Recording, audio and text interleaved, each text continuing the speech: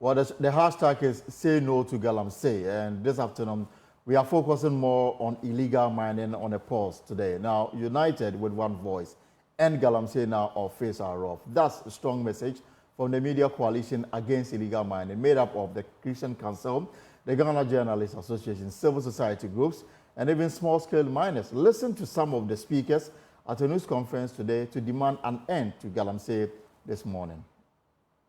Despite the existence of environmental protection laws, their enforcement has been weak and inconsistent. Corruption, complicity of political leaders, some chiefs, and the lack of political will have further exacerbated the problem, allowing illegal mining to thrive unchecked. We wish to state that Ghanaians can no longer tolerate the lip service of government of whatever color in the fight against Galamsey. The Galamsey menace has polluted our land, soil, and water bodies with chemicals like mercury, chlorine, cyanide, and arsenic, which are harmful to humans. While we ask God to change the hearts of these perpetrators, we wish to state that such sinful acts against humanity should not be tolerated. We urge government, concerned agencies and institutions, and all Ghanaians to be bold and courageous to sustain the campaign against illegal mining. We demand that any individual, security service personnel, politician, or chief found to be working towards the fight against illegal mining should be made to face the full rigors of the law. The President must declare a state of emergency over our water bodies and get the military to clear everyone found on the water bodies. i.e. mining on the water bodies is illegal, and as we all know. 2, all planned and active mining concessions overlapping with river buffers should be abrogated, and all mining activities within 100 meters buffer of all rivers and streams should be halted immediately by the President. Failure of which the President must implement the full force of Act 995 without fear or favor of political color and status in the society. Permits given to mine in protected globally significant biodiversity areas, GSBAs, must also be abrogated. 4, repeal LI 2462 immediately. Every single day that the President fails to protect our human and constitutional rights to clean, safe drinking water and a healthy environment, which is sworn an oath to uphold, he fails in his duty to every one of us. All our leaders who swore an oath to uphold their fiduciary responsibility to safeguard our natural heritage and tackle the Galamsey crisis have also tragically let us down. Challenging the President to prove us that addressing Galamsey with the urgency it deserves now as a national crisis is of utmost priority over winning the next elections. So the Lands Ministry has been holding meetings with regional ministers to find a way out. We'll get some details from it for you, but the demand for action is such broad that we can't fill you in on all those who have joined the call. One of them, though, is organized labor, which has a statement this afternoon. We'll go through that statement for you. So this afternoon, they are making some demands.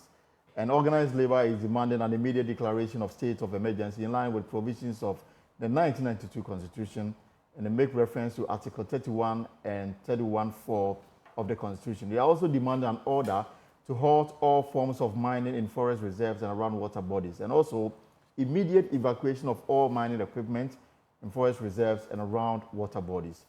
And again, they go on to say that the deployment of the police and the military with full orders to remove, destroy all mining equipment and other earth-moving equipment around river bodies and in the forest reserve. This is also another demand that they are making this afternoon. This is coming from organized labor. The second demand is that there should be immediate revocation of LI 246. By the way, LI 246 grants mining in forest reserves. And they also demand a withdrawal of all licenses that have been granted for prospecting and mining in forests and protected reserves and also around water bodies. The third demand is for the establishment of a special court to prosecute the perpetrators of what they describe as horrible crime. And again, organized labor will urgently embark on a series of demonstrations and a nationwide strike if government fails to address the concerns raised by them by the end of September. That's we are just maximum 2 weeks away.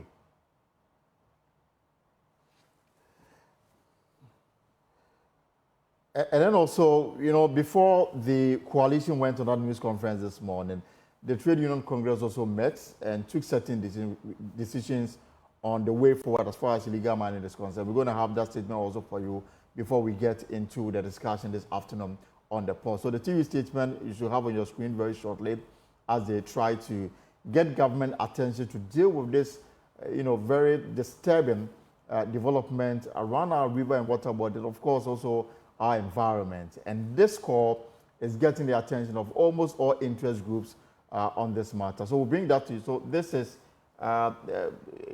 joint civil action against Galamsey.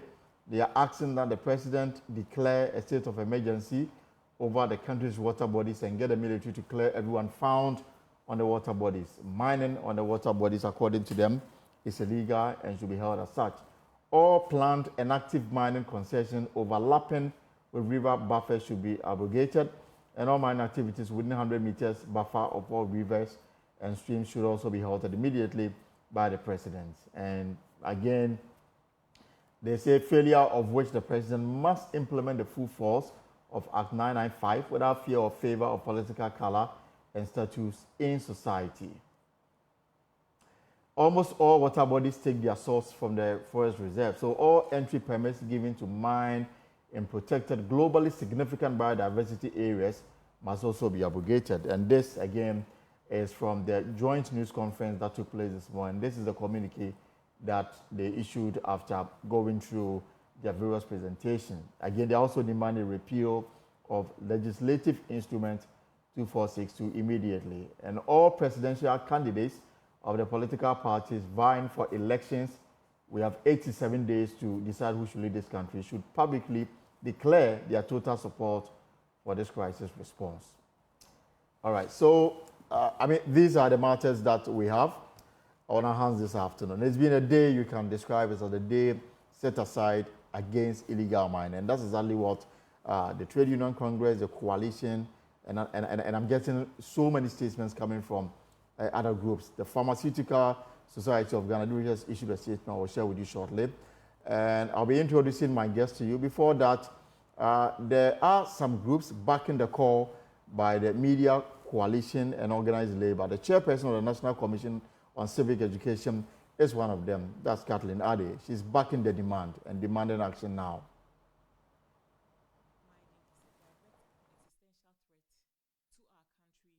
To our environment, to public health, and to the prosperity of our country.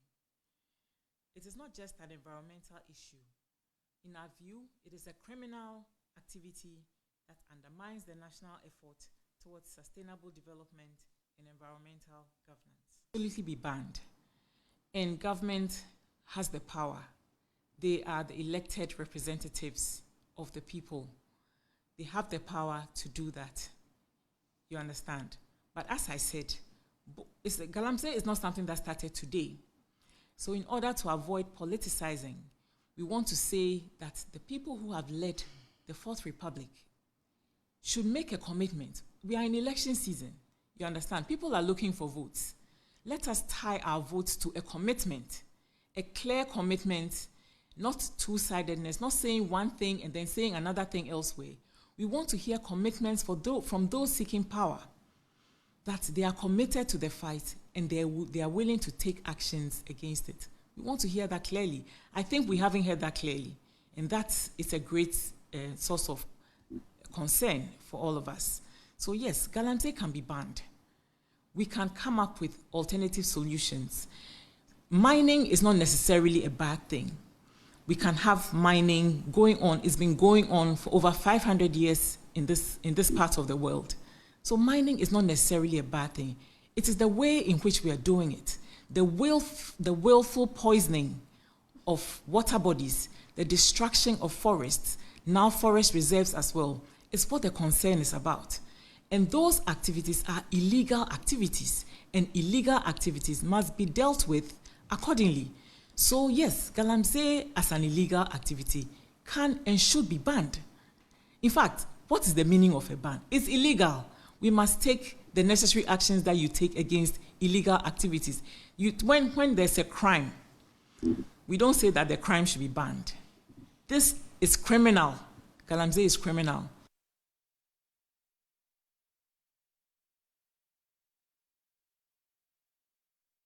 Now we are doing more, and we also welcome your comments and suggestions as well. What do you consider to be the best way forward in dealing with this matter? And the KNUST chapter of the University Teachers Association of Ghana, who is the chairperson, Professor Eric Abavari, is calling for civil disobedience as a means to tackle illegal mining activities ravaging water bodies, forest reserves, and degrading the land. Professor Abavari believes it is the last weapon to fight the menace. He spoke on Love FM morning show, Love in the Morning. And we've got that coming to you shortly. And now we are getting so many statements coming from interest groups across the country, all demanding one thing, that there should be a proactive decision on what is happening in the country now, the menace of illegal mining and the impact it is having on the environment. And this one just came from the private healthcare partners, and they are calling for urgent government ban on galamsey to safeguard healthcare in Ghana. And the Private Health Facilities Association of Ghana, the Healthcare Federation of Ghana, Federation of Africa Medical Equipment, Disposables, and Device Manufacturers and Suppliers, and the Pharmacy Owners Association of Ghana. They are also urging the government to impose an immediate and comprehensive ban on galamsey, also known as illegal mining. They are joining the growing call from various groups and organizations. Galamsey, according to them, is not only causing widespread environmental destruction, but also posing a severe threat to public health. Further, overwhelming Ghana's already strained healthcare system, particularly in the private sector. And this statement is signed by the General Secretary, the Private Health Facilities Association of Ghana, the President Healthcare Federation of Ghana, the President Federation of Ghana, Federation of Africa Medical Equipment, the Executive Secretary of the Pharmacy Owners Association of Ghana. So everyone is talking about one thing. The only, perhaps, response we are yet to get is what we are expecting to hear from either the President or his representative, that's the Minister for Lands and Natural Resources, Samuel Abu Jinapo. And this morning, he held a meeting with all the 16 regional ministers, plus other government agencies that, has a relationship with what we are witnessing in the country now. We're waiting for a statement from the ministry shortly. But before we do that, joining me in the studio is Prof. So John Mahama has also been speaking. He held a news conference with the media in the Bono regional capital, Sunyane, and he had some words to say about what we are witnessing in the country.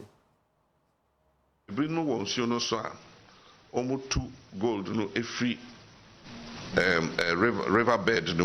I just say, Anya a war in Sionase, a home and almost 2 normal hokro. And Jomo Hokra, na atacha a free mumba, na asa a hokra consume. And that's one. Then the second one, a bit more a war, and you're on the river, but river in chain. Na omo pumping siono eko assassin so normal gold normal sa pompe ensona yefi and you must just take a decision say alluvial gold no de yenja because we must make a decision not to mine our alluvial gold, because I've seen many countries with rivers containing gold, but due to their commitment to environmental purity and maintaining the rivers, they have chosen not to mine the gold. If we also make this decision, we should refrain from mining the alluvial gold and simply leave it. From that, we'll do an audit of the concessions. Why a concession? No one. We must also audit all the mining concessions and hold people accountable for what happens on these concessions. You must hold the person responsible for whatever happens on your concession. For rivers, omunim say gold or river na say, but because of the purity of environment and maintaining the river, no, omo take a decision say omo mine this gold, no. It is the answer of our decision now. Then we must not mine the alluvial gold. We should just leave it there. There are many people sitting in their homes and their offices. Ghana's middle class is our biggest disappointment. We sit in our rooms and we talk and talk. When we are out, everybody's hiding. Where are they? Exactly. What we got to know here is that we will not get the Ghana we want if we fail to fight for it. Our politicians will join all these people doing all these crazy things, these dishonorable things, and loot our state. Their children are abroad. They will make their money enough to buy, they buy these days VOS. I go to politicians, I go to their houses, and I see expensive pure water, imported pure water, VOS. Who is thinking for you? If we do not fight for Ghana, nobody will fight for Ghana. So if you call yourself a Ghanaian, this is a fight to lay down your life for. So within these 2 weeks, Mr. President, it's not going to be talk again. No. The English is too much. We are going to hit the streets. We are going to put 1 million boots on that ground and let everybody know that Ghana does not belong to a very small few who we grace with power only for them to abuse us and destroy the lives of ourselves, our children, and our children's children. Where is the future for Ghana? Please, that docileness of Ghanaians must end. It must stop. It must totally stop. The political class will continue to take advantage of us unless they see that we can stand up and we are not the timid people they think we are.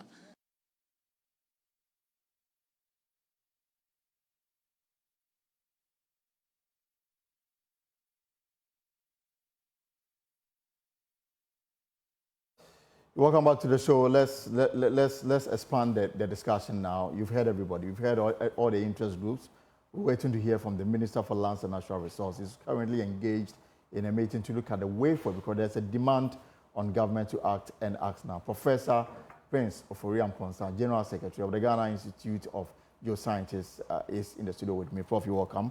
Thank you very much. Also in the studio is Chrysler Akwei Ankra. Did I get it right? Yes. Thank you so much. And he's also president of the same institute. Yes. Thank you so much. So we'll also be speaking to Awula Sewa, coordinator, Eco-Conscious Citizens. Awula, if you're already on Zoom, good afternoon and welcome to the pulse. Thank you.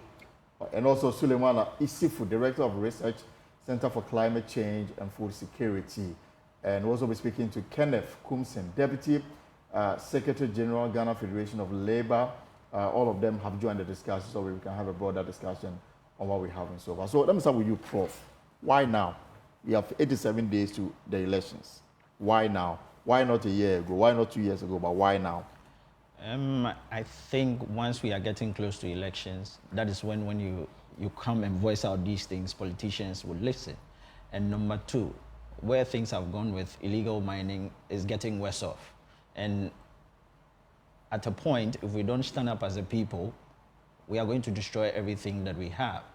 Constantly, if you look at all the water bodies we have, right from the north to the south, the only water I can say preferably that is about 50% clean is the Volta Lake.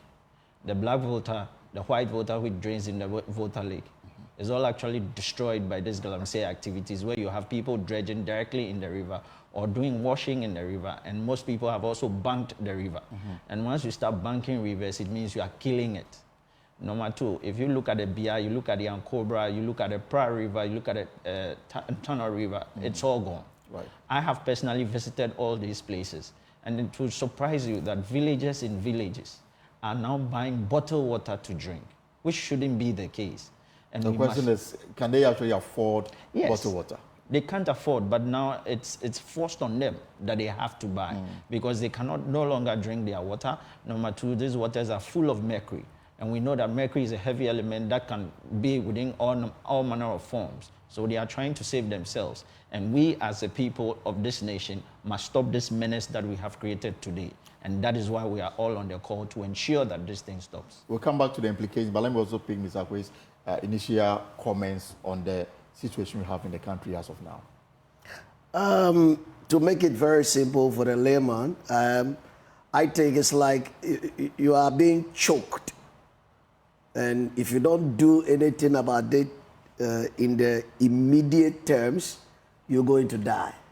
So the choking in respect of the destruction, pollution, not only our river streams, but also the forest cover, which most of our headwaters take their source from there. They are all going. So I think we'll join other interested group by saying that there has to be a state of emergency to deal with the issue. And we are GHIJ, we're calling for immediate ban, temporary ban on all small-scale mining activities.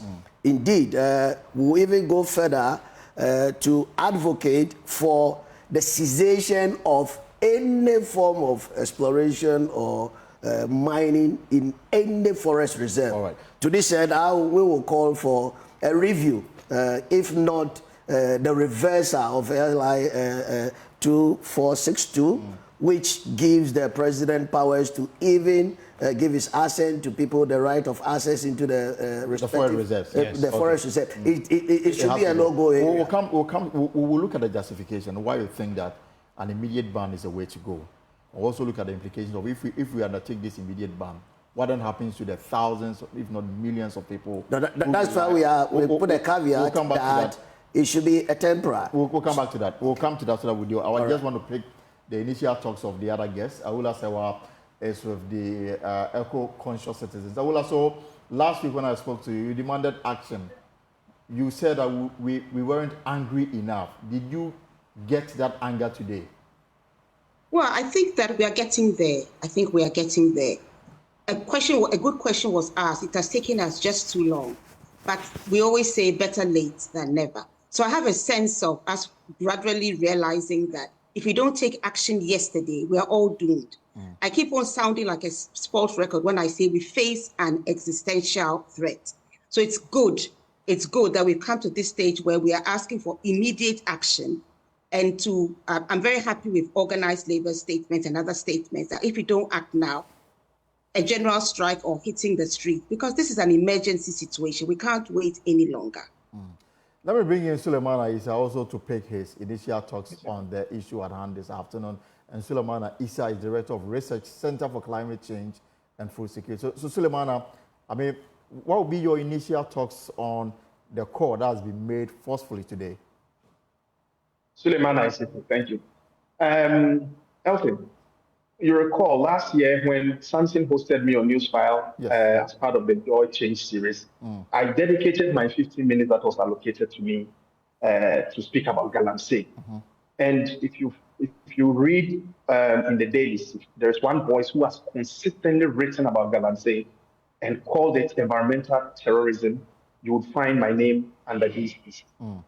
And I've been surprised over the years when I see organized labor and other groups calling for increase in salary, calling for conditions of services, using their bargaining power to force government, for example, to stop the sales of hotels, that have been completely quiet about Galamsey, especially when Galamsey is threatening to wipe Ghana and make it an unlivable place. So now I'm very happy. Yesterday we issued a statement and we said that it is either we stop Galamsey or Galamsey will stop Ghana. So if there's any group that is calling for increments in salaries and all these conditions of service, I can assure them that the first thing to fight for as a human being is to live first before you can fight for increment in salaries and all of that. And Galamsey threatens to wipe all of us off and make Ghana an unlivable place in the next 5 years. And I have reviewed more than 50 academic studies that have found toxic levels of heavy metals in not only water bodies, but also in soils, in food crops. And currently I'm doing a mapping of how so I call it the galamsey contamination potential of all these areas where galamsey has been very endemic. And the mapping is showing that, for example, in Amancia West, per capita consumption of corn, because Amancia West is one of the leading producers of corn, per capita consumption of corn by Ghanaians from Amancia West is about 1.8. And Amancia West is in the Ashanti region. Yes, and it's about 1.8 kilograms, meaning that per capita, they are contributing to corn production. The contribution of Amancia West, for example, to corn production is 1.8, which means that the potential for Ghanaians to consume food from Amancia West, corn, we are doing for all the staples, but I'm using corn as an example. Very soon we'll publish this and you'll see the dangers that are facing all of us and confronting all of us. So I am happy that now the calls have been intensified, and now is the time to stop this menace once and for all. And we have to force these politicians. You realize that because we're in campaign season, they are all being very quiet and very diplomatic. Very careful in their choice of words when it comes to condemning. Some are saying, for example, we'll open banks for minors. Some are saying we'll release those who have been jailed. So these are all very strange language. When you are dealing with a matter that has the potential to wipe your country off, you don't approach it this way. So I'm happy that organized labor has now joined the call. And I'm telling you, as we move on into the discussion, I will demonstrate to you once and for all that galamsey is the worst crime that has been committed against Ghana since our independence. All right, so hold that thought for me for just some few minutes. Let me come back to the studio and let me start with Prince. Prof, so, I mean, I'm sure you've been doing your own studies. Yes. What is that studies telling you? In fact, we've done a number of studies in the Pra River, the Ankobra, and the Tano. We've sampled this water. There's high level of mercury in this water. There's high level of cyanide in this water. In fact, the headwaters of these waters have all been polluted. And when you start sampling from the headwaters to where they even drain out, everybody that lives along this river is actually in danger. And I do not know what Ghana Water is even doing, because they will be sourcing water from these places into our home. But they've made it clear 2 weeks ago, they issued a statement.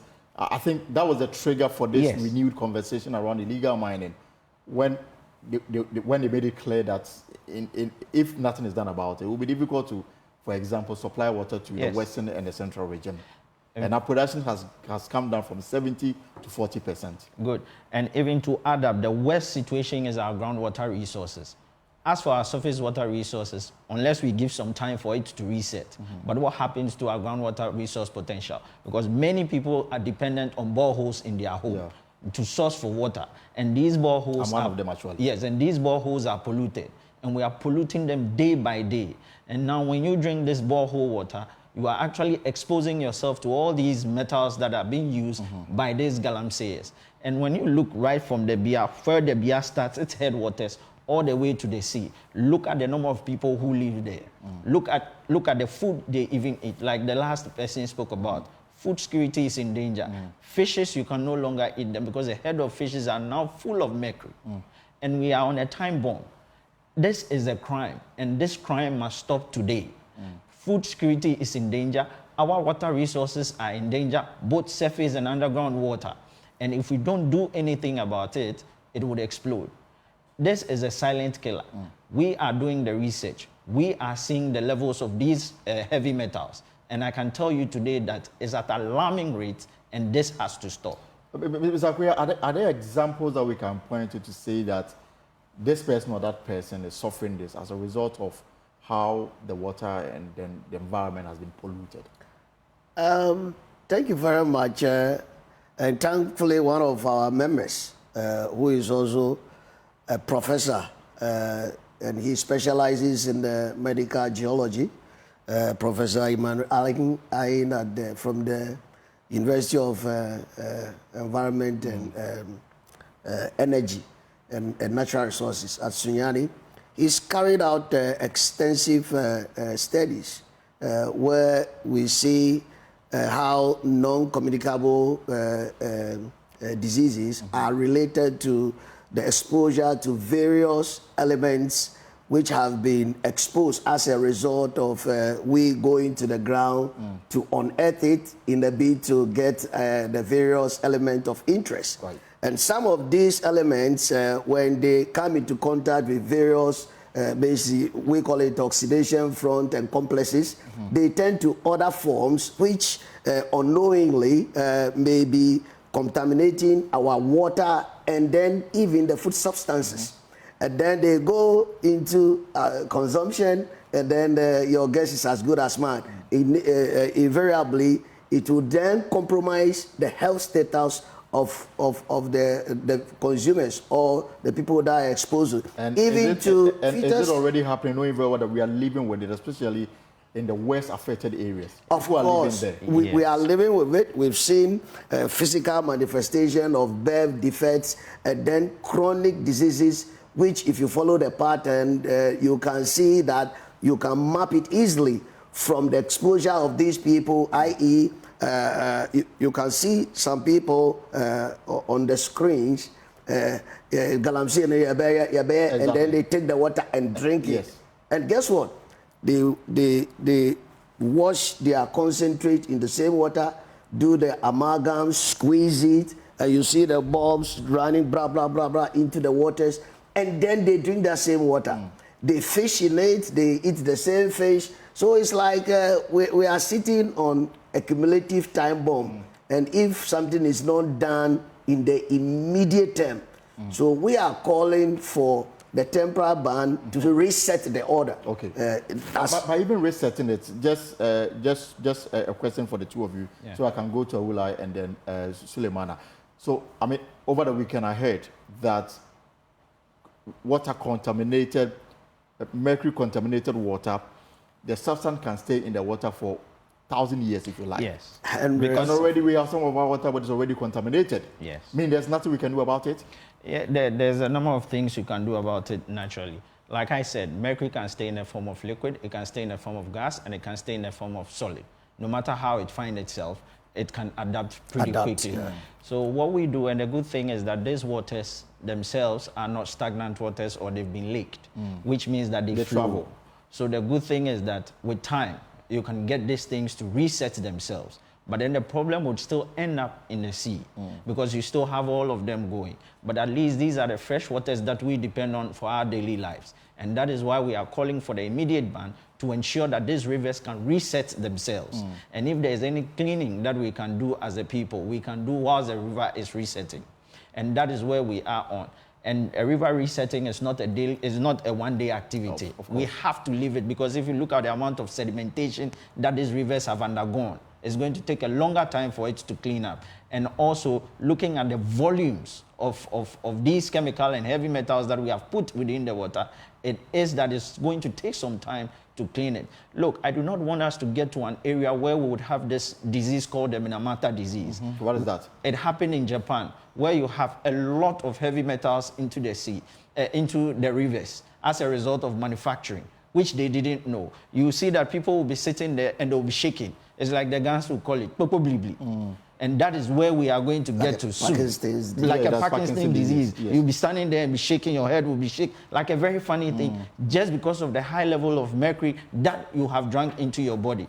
It doesn't start on a day, but it continues, and all of a sudden, once the levels increase, this is where we are going to go. And that is why I say we are on a time bomb, and we must stop this now. Let me bring in our other guest, Awula Sewa, first, and then we'll spend some time with Suleimana. So, Awula Sewa, two issues, put together. First is the fact that God bless us with this resource. The resource can be exploited for our good. All right, the country is going through serious economic crisis.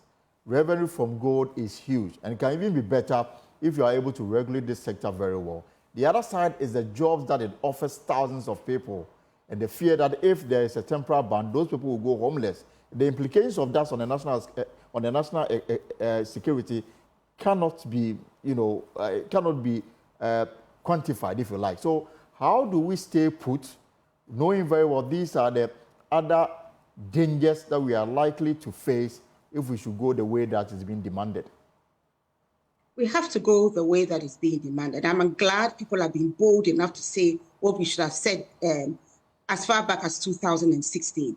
Let's be absolutely clear. Mining is not the only way you have an income. And what's the point of having an income when you've got kidney disease or a neurological disease? It doesn't make any sense. You can get money from the forest. Right now, we are destroying our forests, which are our pharmacies. In addition, fishermen are losing their livelihood. We might not be able to export cocoa any longer because we'll be told that they don't want mercury infested cocoa. And that goes a long way. We have security concerns because some of the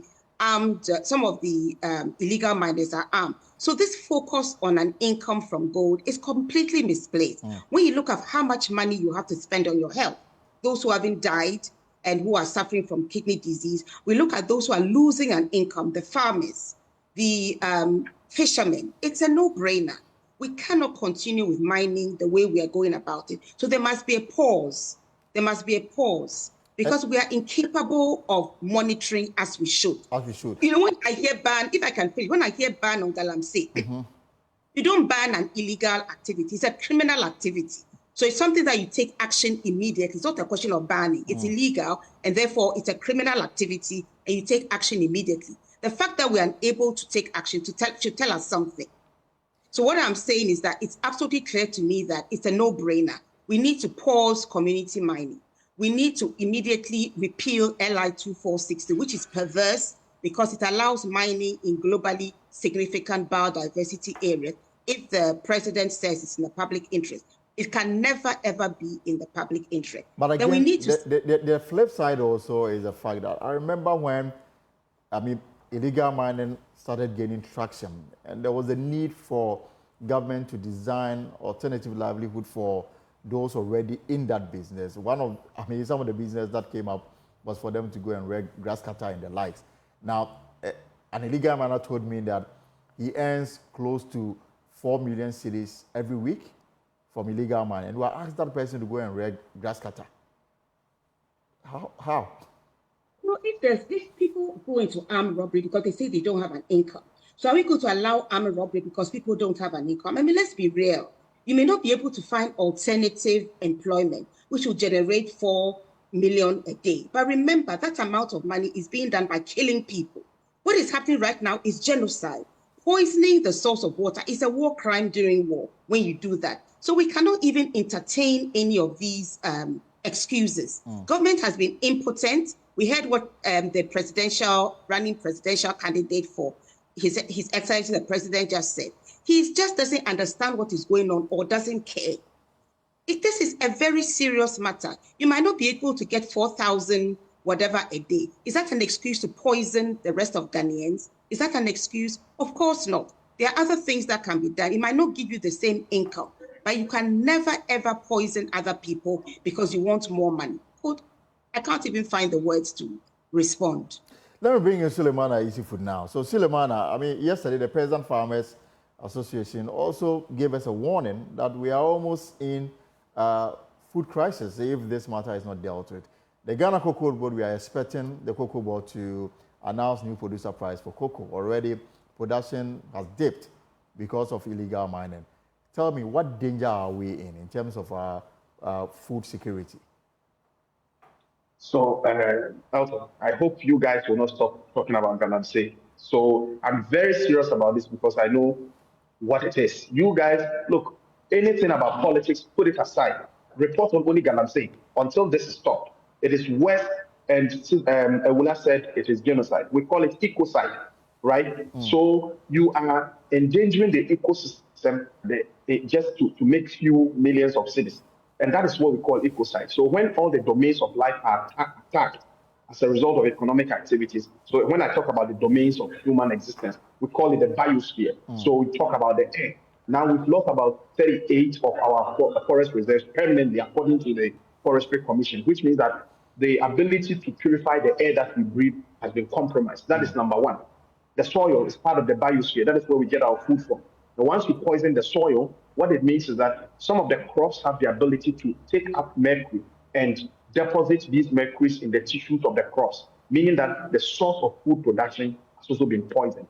You talk about water as part of the biosphere. Water is being poisoned. So, and what is so painful is that, Elton, the government is not even investing in technologies that will help us to remediate these domains of biosphere in case one day, as I always put it, we become sensible and decide to reset the system back to what it was. Because now, as it stands, there are no enough. I've reviewed many studies that have found that have looked at the impact and all of that. But how to remediate the soil? My institute here in Germany, we did a study where we found we were able to discover some strains of fungi.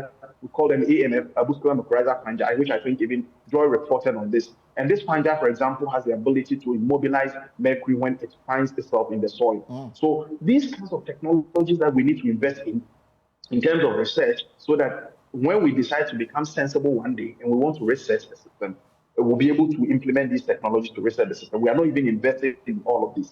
So this is a gamut of issues. And I mean, researching the system without investment in research is is going to be problematic. Now, specifically on food security, as you have seen, cocoa is declining. Not only is it declining, it is being rejected at the international level because of the presence of these heavy metals. Yesterday, I was reviewing a video where one farmer who produces seedlings says that all his farms where he used to produce the seedlings have been taken over by Galantees, which means that he cannot produce seedlings anymore. Yes. So where are the farmers going to get the seedlings to grow the crops for us to eat, right? And already Ghana is a net importer of food. You are a country that cannot even produce enough to feed yourself. How then do you go and compromise the farmlands that are being used to produce the foods? And some of the studies that I've reviewed, it has shown clearly that over the period, Galamsey has been one of the biggest. So Galamsey was first, and I think construction was second. So Galamsey was one of the biggest contributor of farmland losses or land change behavior of farmers. So many farmers were converting their farmlands into Galamsey areas. Yes. And the time, look, ask yourself, how come we've invested millions into planting for food and jobs, and just 2 months of shortage of rain, the whole Ghana is on its knees, and government needs about 8-point-something billion to be able to stabilize the food situation in Ghana. Ask yourself why that is happening. After investing millions into planting for food and jobs, it tells you that already our food system is on teethers. It can easily fall. It's living on steroids. So when you have a food system that is living on steroids, the worst you can do is to take away farmlands and convert them into Galamsey areas. So there is no justification. So you asked the question about, for example, have we seen living examples of what Galamsey is doing to the health of people? Exactly. There can be no such evidence than what was given by Professor Sampene, who's a pathologist. And I quote him, he says, since my 20 years of working as a pathologist, I have never seen the kind of deformities that I'm seeing in babies. Only for him to examine the placentas of the mothers who were giving birth to these deformed babies, only to find deposits and clots of mercury and other heavy metals. So babies are being born with one eye off, with no penis, with no private parts. And yet, we think this is something that we can do politics over. Not only are we denying ourselves the ability to live, we are also compromising the existence of the next generation. So when it comes to intergenerational ethics, we have failed big time, and there's no time for us to play around as far as Galamsey is concerned. You recall, for example, when Erastus made the publication on Kano Numeri Forest, we filed a petition to Shraj. And to date, I have to follow Shraj, send an RTI request, and they told me, I asked them, for example, have you interviewed, because according to Erasmus' report, the Forestry Commission officers were fully aware of what was going on. So we said, hold them accountable for administrative negligence. And today, since 7 months of filing that petition, Shraj is still telling us that they are still investigating the matter. And I asked the Shraj guys, I wrote to them, I said, you guys think this is a joke? You are living in Accra, sitting in your air-conditioned office, but I can assure you, what Galamsey can do to you, wherever you live in Ghana, you have no idea. The food that you are eating, the water that you are drinking, and even if you have money to buy bottled water, I'm not sure you have money to buy water to bathe, you have money to feed all your family members who are living in hinterlands of the country. You don't have money to cover all these expenses. Are you willing to come? You have state powers. Use it to save the state. So what are you sitting down telling me 6 months, 7 months on? We are still investigating.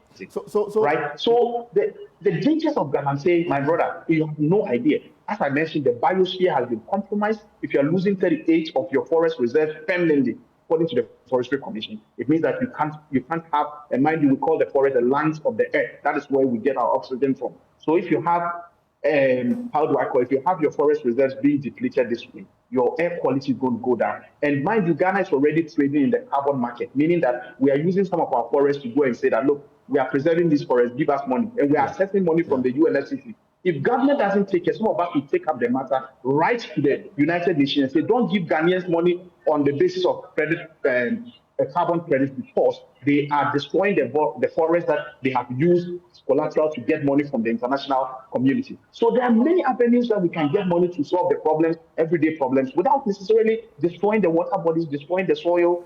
I have seen studies, for example, that have found deposits in food crops, and we are currently mapping, as I mentioned, out of about 10 of the top leading producers of corn, most of them are Galamsey endemic areas. And when you do per capita ratio, if you do per capita ratio, you see that the probability of them contributing poisoned food crops to the market, the food basket of Ghana, is very high. Some of them are contributing like 1.8 kilograms per capita, meaning that if you are eating food from these areas, you don't know about 1.8 kilograms of corn per capita. I just want to possibly poison with Galamsey. A quick word from Kenneth Coombs, and then I'll put the question to all of you.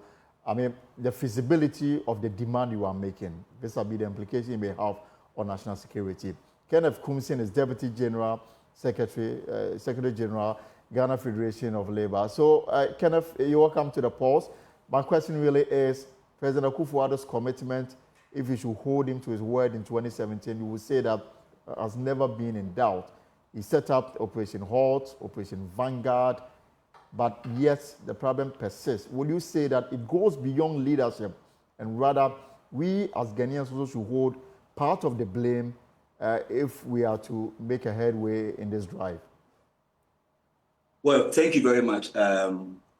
I think that it's important that we place the discussion within context. What we are confronted with is a state which is in crisis, and overwhelmingly so. Civil society organizations, trade unions, the church, clergymen have all come to the firm conclusion that if there be any time for which we have to take such strong decisions, it is today. We all recognize, and there's no dispute, whether it's MPP, NDC, CPP, whichever political color you belong, that the country as we stand is faced with an existential threat. Organized labor today issued a statement, and we're very clear in our minds.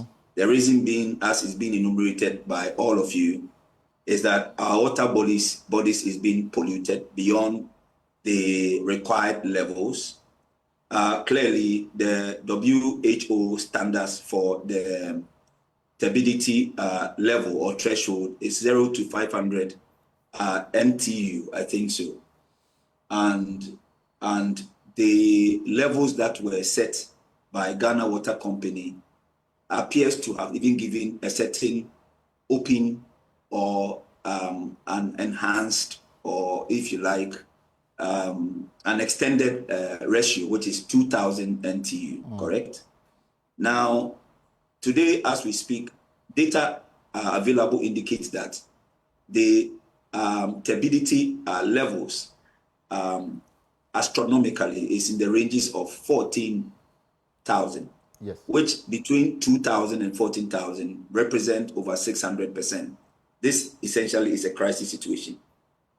We are again told that the forest reserves that currently are being decimated, destroyed by the activities of these wicked men and women, so specifically to mention Galamseyers, if you like, constitute about 2.5 million hectares. Now, if you convert that 2.5 million hectares in square meters, you're looking at 25,000 square kilometers. Now, that kind of land size is equivalent to the land size of Rwanda and many other countries. What that means is that if we were to be Rwanda, this country would have been wiped out by now. So considering all of this, we consider that the right decision to take right now, whether it is MPP, NDC, whoever it is for President to comply with his obligation under the Constitution. And clearly, the Article 1 of the Ghana Constitution provides that the sovereignty of Ghana resides in the people of Ghana, in whose name and welfare are the powers of government to be exercised in a manner and within the limits set out in the Constitution. When the President of Ghana took the oath of office, he swore to all of us that he will protect our welfare, he will ensure our lives are secured, and he will make sure that that which is good for Ghanaians are preserved. We are asking the President, in accordance with his constitutional obligation, to invoke his powers under Article 31 of the Constitution that requires that where there is environmental concerns, he activates the state of emergency, declaring a state of emergency for us to be able to deal decisively with what is confronting us. You must also understand, my brothers and sisters, that in any combat or any military campaign, where you even go to the extent of polluting the waters of your enemy, that is considered a heavy crime under international legislation and law, war crime. We are in a situation where few greedy men have resorted to pollute our water bodies. And these men they are our sisters, they are our brothers, they are church leaders, they are our MPs, they are our everything. We know them, we live with them. We live with them. So what organized labor is saying, and I want to be very firm and very straight to the point, is that having considered the litany of injustice, evil, wickedness that is being perpetrated on the people of Ghana, the President is giving up to the end of the month to declare a state of emergency to address these issues. And if that is not done? Failing that, we have outlined a litany of avalanche of strikes and demonstrations to bring this country into a halt. Civil servant, public servant, informal economy, public service, private sector, boys and girls, men, women, street boys. Every Ghanaian is being called upon to, for once, tell the politicians that we are not animals. We are human beings under Article 22, 23 of the Ghana Constitution who have the right to life. This life is under siege. This life is under threat. And we need to rise in our unvanquishable numbers to tell these gentlemen that we will not allow. This is the decision taken by organized labor.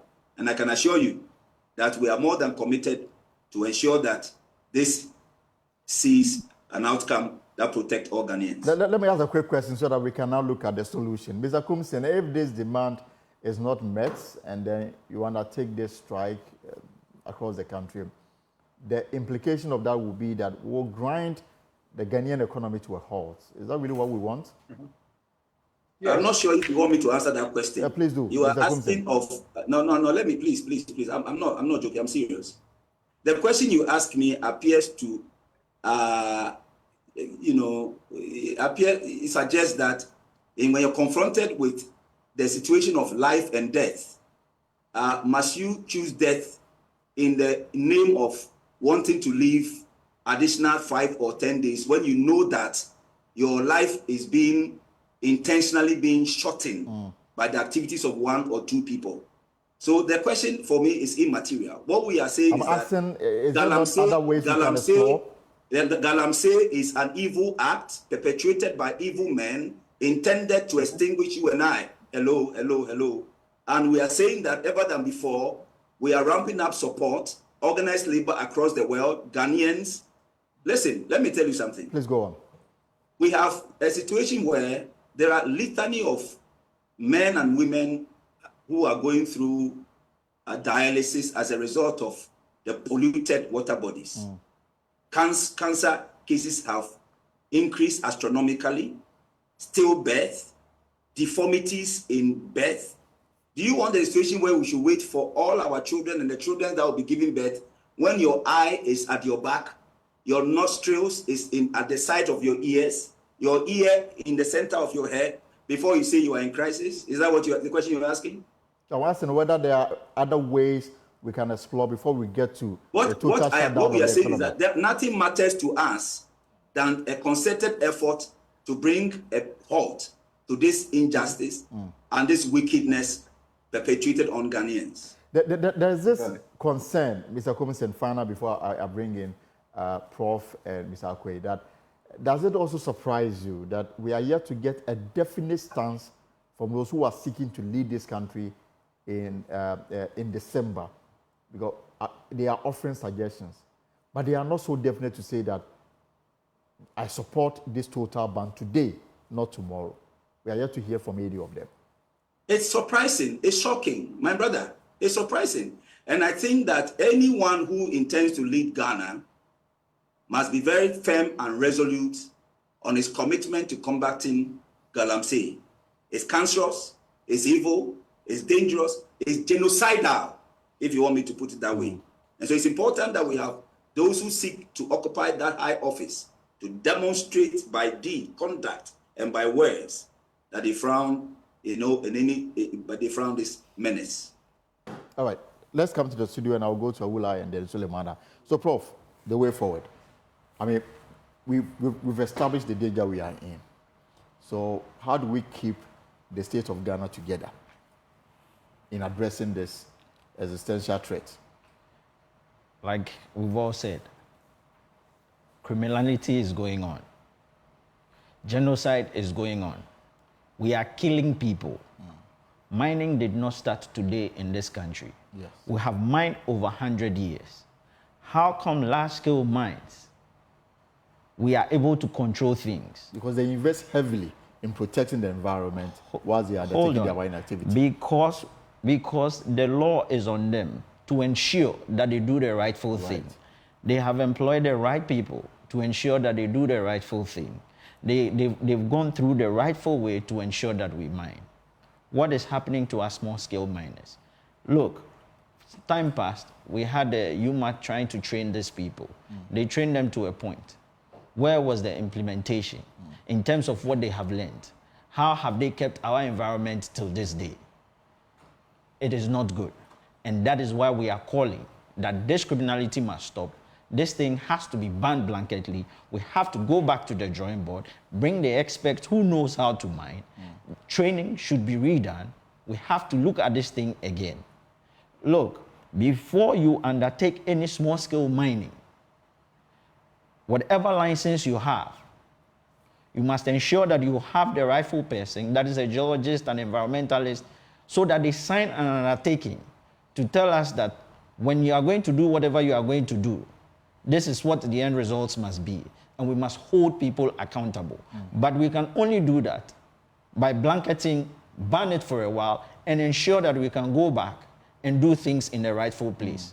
Not to say that Ghanaians don't know how to mine. We have mined for 100 years. So we know the rightful thing to do. And therefore, we must do the rightful thing. But as I sit here today, ban it, this criminality that is going on must stop.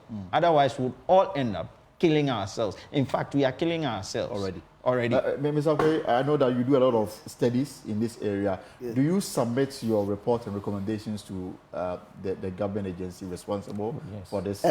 Yes, but one thing... What outcome do you get from such recommendations? No, the recommendations and the feasibility reports are there, but to take over from my General Secretary, mining is a precise science. Anything that you do that shortchanges the roots from exploration, exploitation, beneficiation,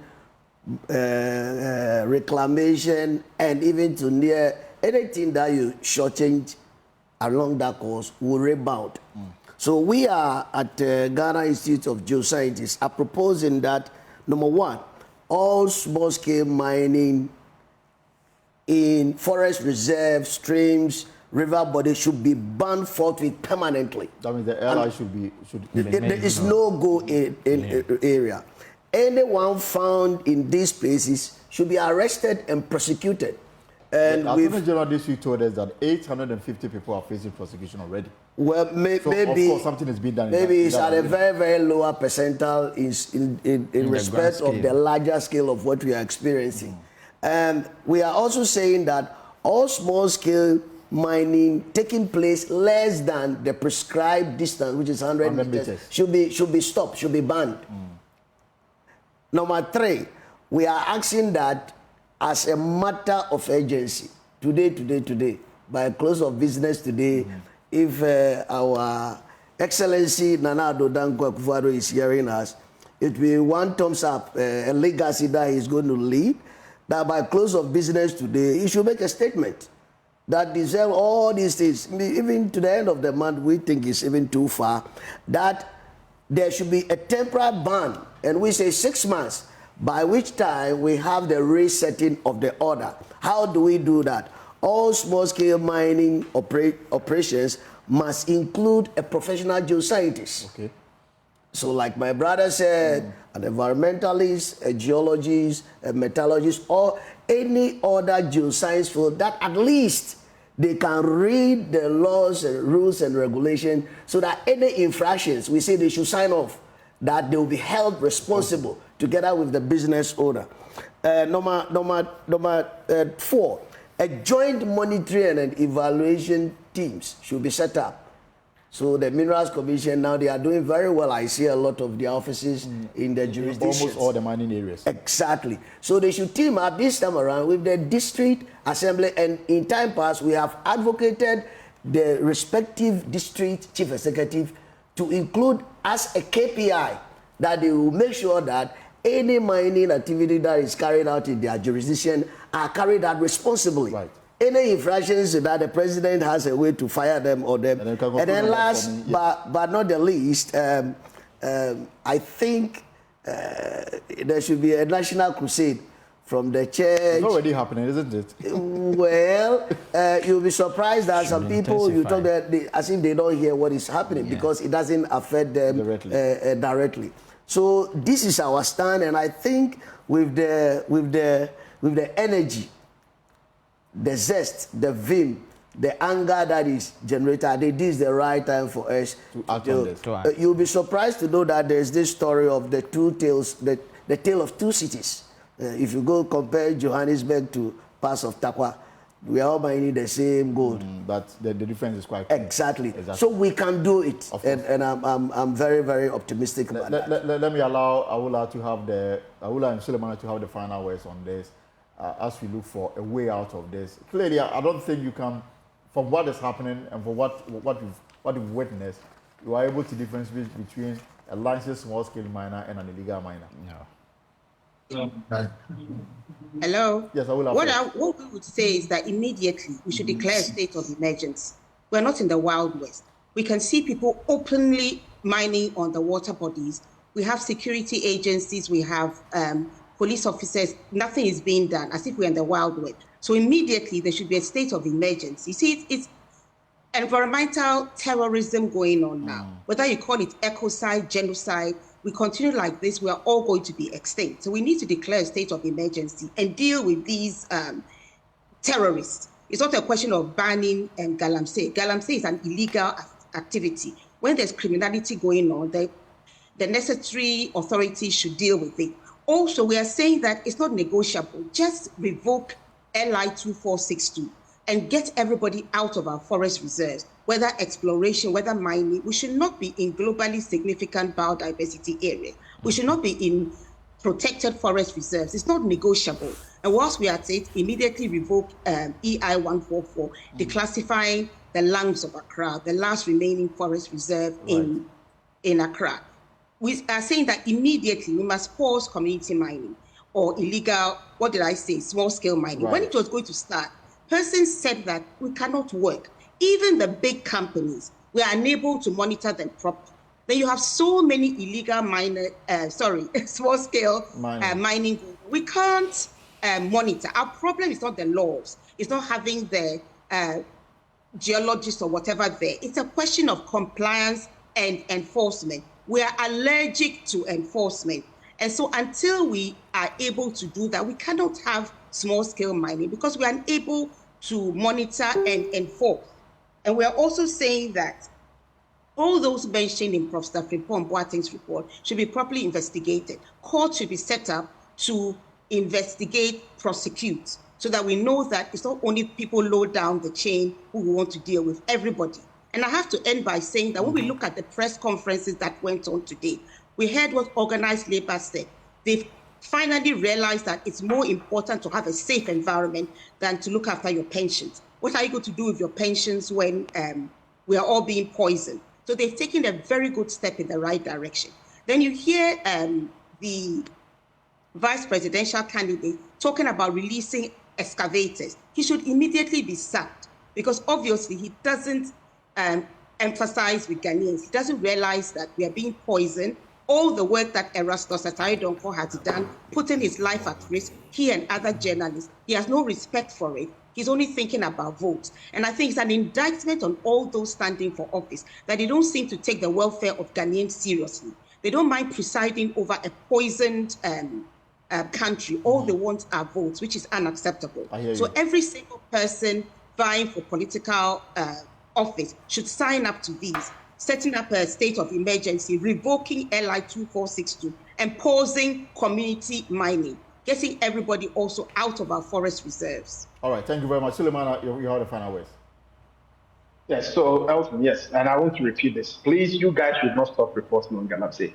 Stop reporting on the politicians, where they are going to, what they said, where report on only Galamsey, because that is the only way to force the politicians or to put them in line.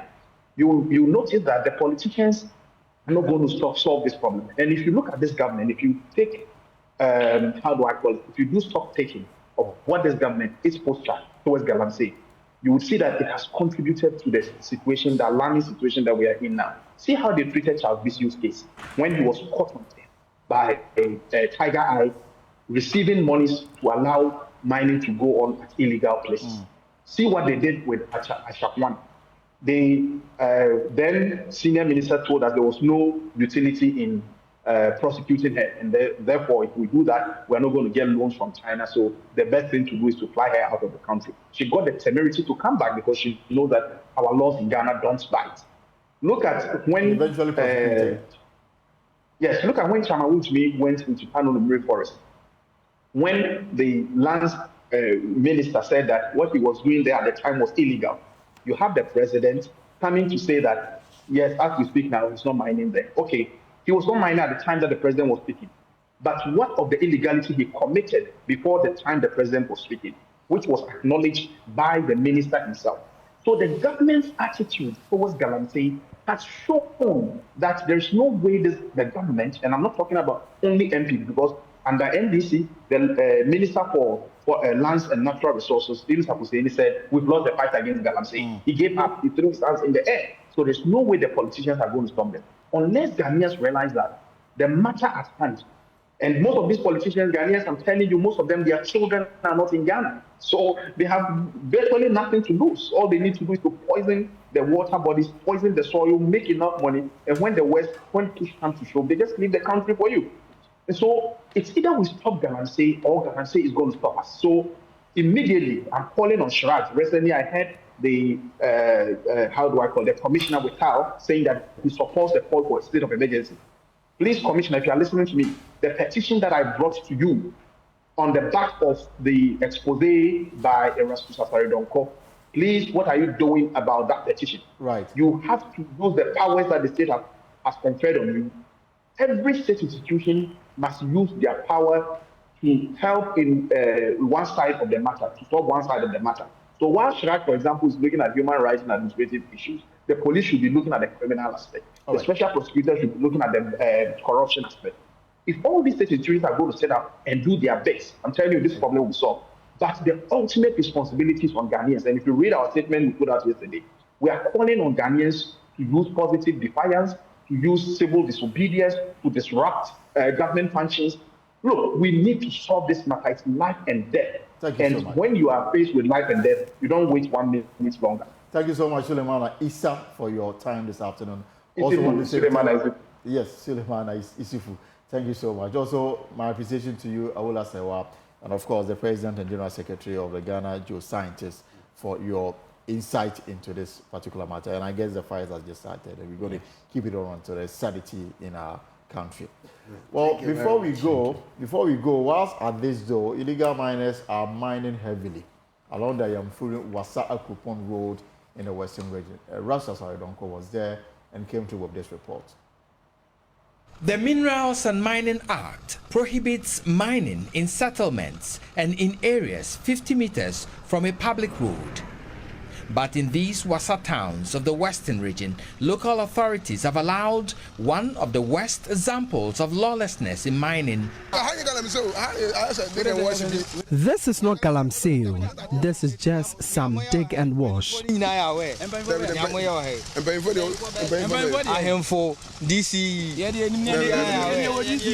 We don't have any links with the DCEs.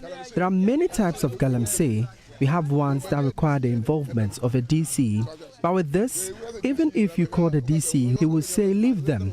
They are just looking for chop money. The real galamsey is ahead of you at Japa.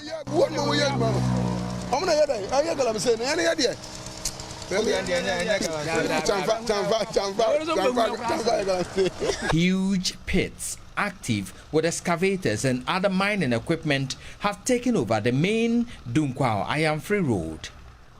Settlements in towns like Wasan Twintwina, Japa and Wasa Adiemra have turned into mining sites.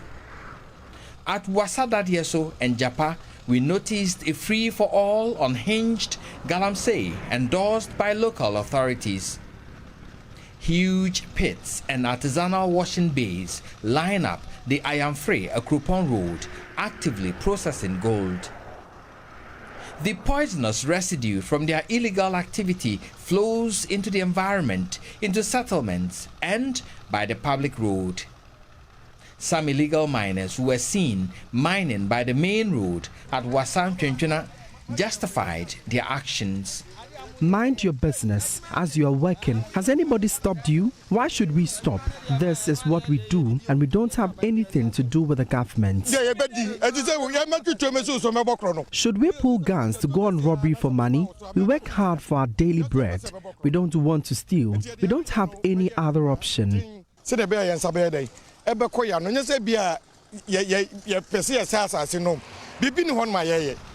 They even disputed research that mining residue contains toxic substances that could affect their health.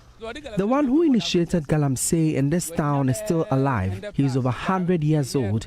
We've done this for a long time now, but we haven't encountered any health problems. From our leaders to our time, we have not seen anyone get sick from galamsey. To them, it's all about survival. Reporting for Joy News, Erastus Asaredonko, Kumasi.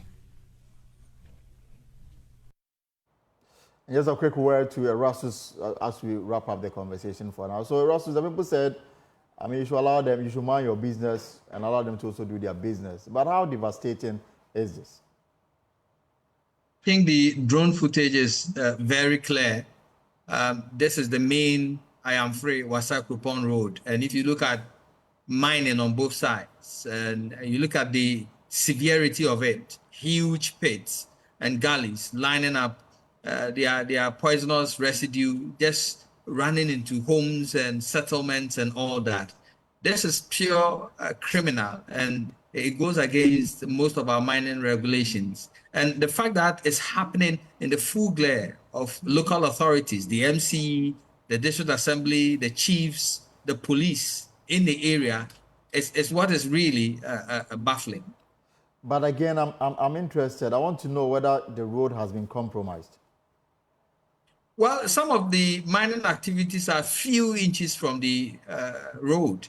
And some of them, you could see that they are digging very close to the road. In your picture, you could see where the road is, and you look at where the devastation is, and they keep eating. So I won't be surprised if the road gets compromised in due time. And clearly, these are locals. These are people who are known in the community, and yet they are undertaking this with such impunity.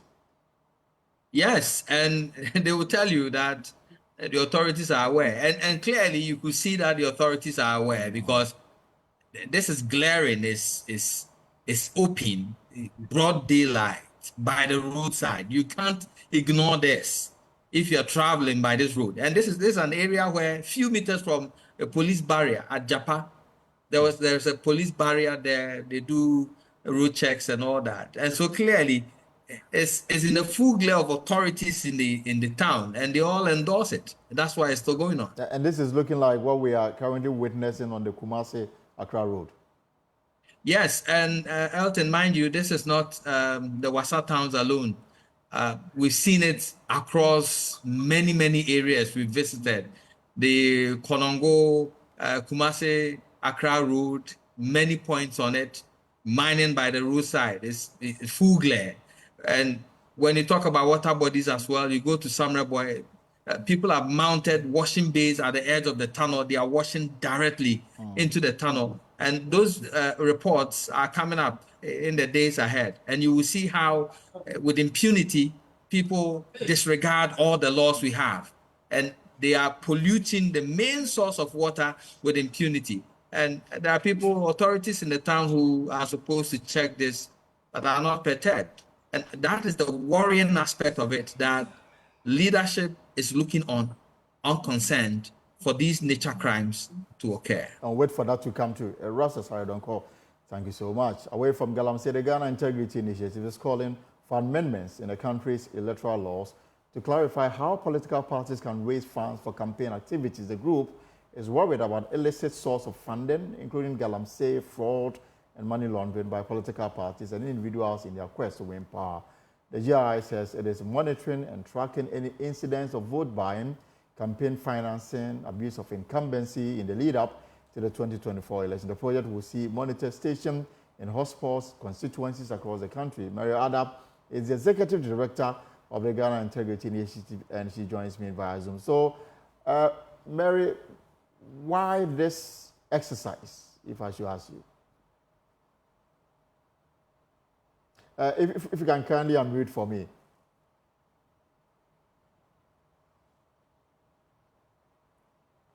Right, if you can hear me, Mary Ada with the Ghana Integrity Initiative. So why this exercise to monitor campaign financing, abuse of incumbency, and whether or not even the finances coming from illegal mining?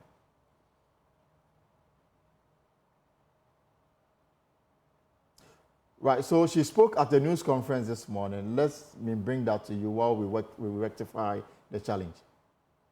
So the issue of campaign financing, because as we speak, as I indicated earlier as well, we have seen that our democracy is suffering. It is not those who are well-resourced, endowed, interested in serving the nation who are serving, but those who rather have money. And when we talk about people having money and being able to serve, then it means women, the young people who are energetic and very vociferous do not get this space. Also, it means that when it comes to issues around how to get the money to engage, people are not bothered about integrity. And so we have issues around serious and organized crime permeating the space of our democracy. You see Galamsey happening, and because the states or those who are in the space governing us are not able to speak to these issues because they are resourced through some of these data sources. We see fraud itself in real estate and others permeating the space because of the same thing. So it is increasingly become apparent that we need to have a regime that regulates our campaigning, that also regulates how we get money into our politics or to campaign. Both the Political Parties Act and the Constitution did not envisage some of these, because we believe that we are a harness and a very great people who believe in volunteering to do the good job. And so it didn't envisage some of this. So you see the gaps in the Political Parties Act does not talk about limits in the financing. It doesn't also talk about who exactly, even though it says that it's only Ghanaians who can, but then people have companies in Ghana, and it talks about the individual but then also the individual could have a company. And so that's another gap that we need to pay attention to. So these are some of the restrictions that we encounter. And also, it's not very clear where the line between the incumbent and then the abusing of his incumbency lies. So we are saying that as a state, we need to be able to define some of these parameters within which we can operate. One of the things we want to do as a project is also to come up with even talking about recommendations around per the findings, talk about recommendations around even limiting political campaigning periods, because as the process is elongated, we realize that you need more resources to be able to prosecute your campaign. And of course, we're going to take a short break right here on the pause and return to talk about showbiz economy. But just news just in. If you have been following the Ghana Bar Association ongoing conference in the Asante Regional Capital Kumasi, and the fact that they are electing the new executives, Ifua Gate has been elected first female president of the Ghana Bar Association. Also elected is Victoria Bar, first vice president of the Bar Association. So we're going to have two female lead the Ghana Bar Association. This is just coming in. We'll return shortly. You're welcome back to the program, The Pulse, here on Joy News. And again, the Ghana Cocoa Board has just announced the producer price for the 2024-25 cocoa season.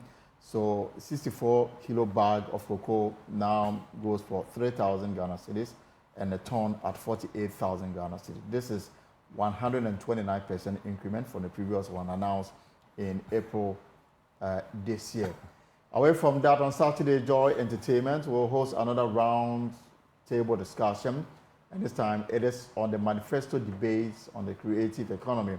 The manifesto debate on creative economy will air live on Joy 99.7 FM, Joy Prime, and all our social media platforms on Saturday, September 14, from 2 p.m. to 6 p.m. But let's get to understand what we are in for ahead of Saturday. Kwame Dazi is for entertainment desk, and he joins me in the studio. Kwame, so what are we to expect on Saturday? So Saturday, we're having the Creative Economy Manifesto. Mm-hmm. It's a debate, actually. You know, over the few months, we've been having the creative industry people talk about what they want to see in the various policies for the political parties. Mm-hmm. And so this is the climax of it. So they're coming to debate what they have in their manifestos on Saturday. Now, over the years, we've been talking about the need to pay attention to the creative industry. Mm-hmm. When we say creative arts, mostly people think it's only about music and film, or maybe dance.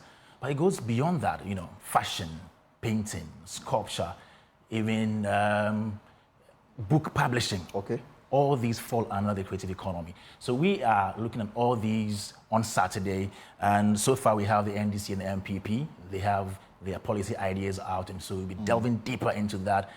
They will be telling us why they put those things in their policies and what they will do, and making sure that they fulfill all those promises. And for the NDC, we have Baba Sadiq. Okay. Yeah, he is parliamentary candidate for Okankwe Central. And then we have Rex Soma, a musician and also part of the NDC manifesto committee. Then we have on the MPP side, Mark Mante, who is Deputy Minister of Tourism, Arts and Culture. Then we have GTA boss Akwesi Ajiman. So it's a debate. It's a very, very polite debate, if you like. No insults, no attacks. And that'll be happening on Saturday. Now, 15 years ago, let me take that. 15 years ago, in the creative industry, we didn't even have a ministry, we didn't have an agency, we didn't have an act. And I remember some people came out to even advocate that we should have the policies of the various parties, you know, mentioning the arts. And now we are here. Since 2012, we've been having NDC, MPP mention us in their manifestos. This year, they have some quite interesting stuff for us. And so we get deeper into that. And then the industry people will be watching and also analyzing and see which of them holds good promise for the industry. So why only MPP and NDC? Yes, we chose the two because as of the time we're preparing this, they had launched their manifestos. Okay. Recently, we saw one from Cheddar. You know, he also mentioned a few things for the creative industry. So far, it's the NDC, MPP, and the New Force. but because Cheddars came late, quite late, yeah, we are doing the NDC MPP for now. But you're going to have another platform for Showbiz them. A to Z is because always... I remember Alan also introduced exactly. some peelers. Exactly. That also spoke about and you this. know, Showbiz A to Z always has some of these conversations, so we have more time to dissect all these manifesto promises before December 7th. Yeah. All right, so there's a possibility that the other political parties... Of course, we're not done yet. But for this particular manifesto debate on creative economy, we are doing NDC and MPP on Saturday. So on Saturday, what will be the format? Okay, so we're going to have 4 rounds. So the first one, they will present to us their manifesto promises. They will do a PowerPoint presentation of that in the studio of Joy Prime. And then second round, we ask them questions based on their promises. Then the round 3 is a crossfire. Okay. So they get to ask either party, questions. And then round 4, we make way for the stakeholders in the auditorium or in the studio to also ask questions. So 4 rounds on Saturday. And I've seen, apart from yourself, the other people who you are bringing in. Yes. So we have the keynote speaker, who is Francis Doku. He is COO of Plugin Media. He's been in this industry for a long time, tourism, culture, and then media. He's keynote speaker. We have Noella Karinyali as the MC for the event, and other people also coming in, people from the creative economy. So Saturday, 2 p.m. 2 p.m. on to Joy 6 p.m. Prime and on Joy FM. On Joy FM. Yes. All right. Thank you so much for coming Elton. through. But that'll be our show. For more stories, log on to our website, myjoyonline.com. Same time tomorrow, we'll be here with another exciting edition of The Pulse. Until then, whatever you are up to in the hours ahead, I hope is profitable. My name is Elton Robe. Have a good evening.